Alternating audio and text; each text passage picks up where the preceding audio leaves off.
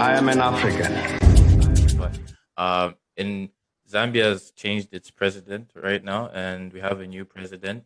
And he's sort of come in and kind of shown people, hey, I don't have any money or anything like that. He made a statement that the reserves are empty, and he's doing things like traveling on a commercial plane and all these types of things. And austerity type yeah, of, at exactly. least And on the outside. yeah, so it seems like he's trying to show IMF and other organizations like, oh, we're actually going to be serious. We're going to do this and all these types of things. Do you think that the IMF is going to buy his bluff, or do you think they're going to be like, hey, look, this is the situation. You guys need to pay your money back?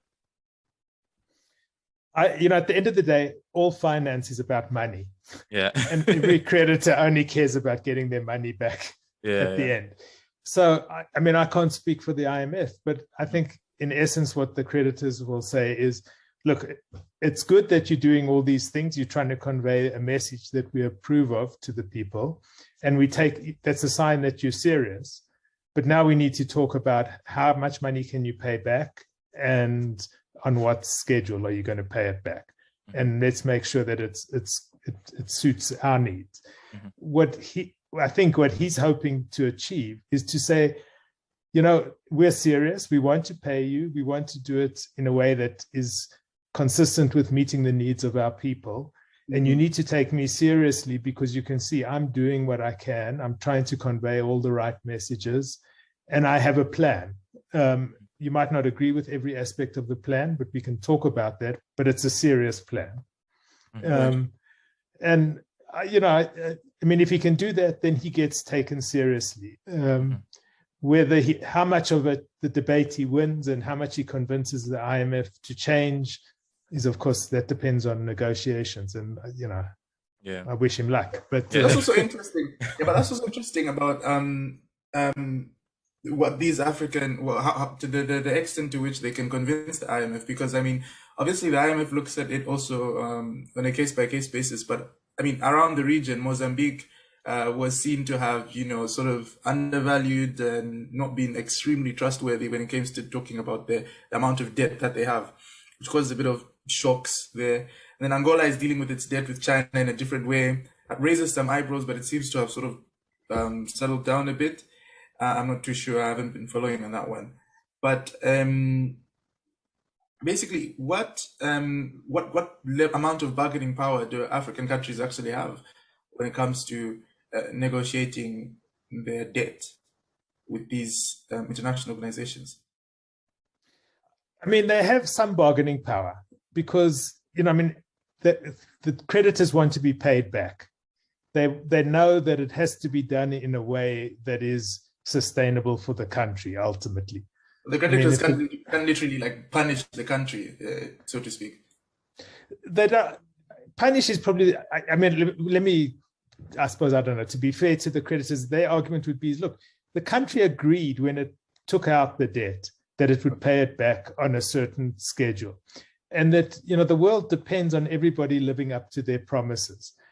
If the country is now breaking its promise, why should we be the ones that suffer? That's their view. And it's a fair argument to be, yeah. If we can't rely on people to live up to their promises, how does the world work? If you can't trust anybody to do that, it's a problem. On the other hand, when the creditors lent the money to Zambia, many of them knew what was going on in the country, and how likely what the risks were, and how likely it was that the country could actually pay back the money. Some of them were just hoping they could get the money, they could sell the debt in the bond markets, and get out before the trouble began. So they should also share some of the pain and some of the responsibility. So it's a question. When Mozambique essentially lied about the fact that it had borrowed $2 billion in a corrupt transaction and hidden that fact from its own people as well as the IMF, that's a very serious problem. And unfortunately, the people end up paying the price for the government's irresponsibility. Yeah. But when it comes to the bargaining, it's a question. There are two things. I mean, Zambia has bargaining power because the creditors want the money back, and nobody wants the people of Zambia to suffer more than is necessary, given the situation in the country as it is. So that gives some bargaining power. Part of the question is, how do you use that in the most effective way possible? And can the country convince the creditors that when it says, look, we can pay you back, and we understand we made a commitment and we have to honor that commitment. But I mean, the price of copper is not what it used to be. There are all sorts of other problems that we need to deal with. Here's a schedule that will allow us to pay you back that we believe we can live with, and that here's why we believe that, and here's what we're doing to make sure that the economy is going to keep growing and that we're going to meet all our obligations consistently and sustainably. You get a better hearing. I mean, it's a question of bargaining power. How you increase your bargaining power. I mean, in principle, the best way to do that is to have Africa bargain as a unit, rather than as individual countries. But historically, getting countries to agree and to bargain collectively is extremely difficult. Yeah, I was just about to ask if that's realistic or...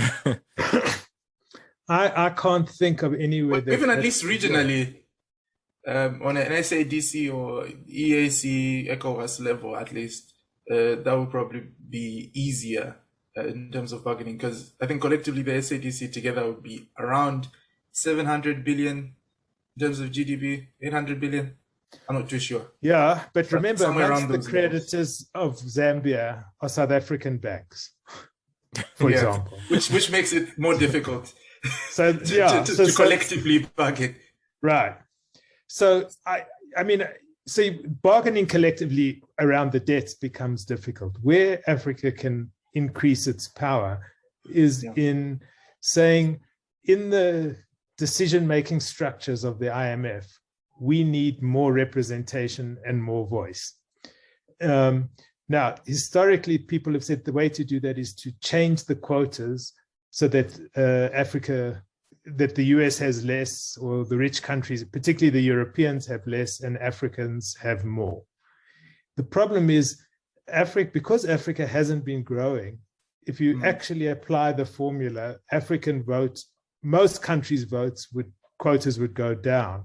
There are a few countries where it would go up, but it's not going to lead to a very happy outcome for the whole continent. But the one thing that has happened in the World Bank and could happen in the IMF is currently there are 2 executive directors at the World Bank. So that's like the board of directors of the bank that run the affairs of the IMF. 2 out of the 24 executive directors represent sub-Saharan Africa. So that means roughly 22 countries are represented by 1 director. That's a very ineffective way of, and very unfair way of having Africa represented, because no human being can truly represent 22 countries with all their complications. It's just not humanly possible, I don't think. So one of the things that could change that is to say Africa needs a 3rd representative. Sub-Saharan Africa needs a 3rd representative on the board of the bank, or the IMF. And that's happened in the World Bank. There are 3 executive directors, not 2. And there's no reason that I can see why that shouldn't happen in the IMF. And that would, I mean, when you 3 voices out of 25, it changes the dynamics of the discussions. And usually the IMF makes decisions by consensus, not by voting. So if those 3 representatives make a strong case, they know the other directors on a personal level, they're going to get a hearing that's a fair hearing, and they can win some of the arguments. Not necessarily all, but they can improve the quality of Africa's voice and representation in the institutions. Yeah. Hey guys, if you like that video, don't forget to like, share, and subscribe. If you'd like to hear more of this, check out the full-length podcast on multiple platforms, including Spotify, SoundCloud, and Apple Podcasts. See you guys there.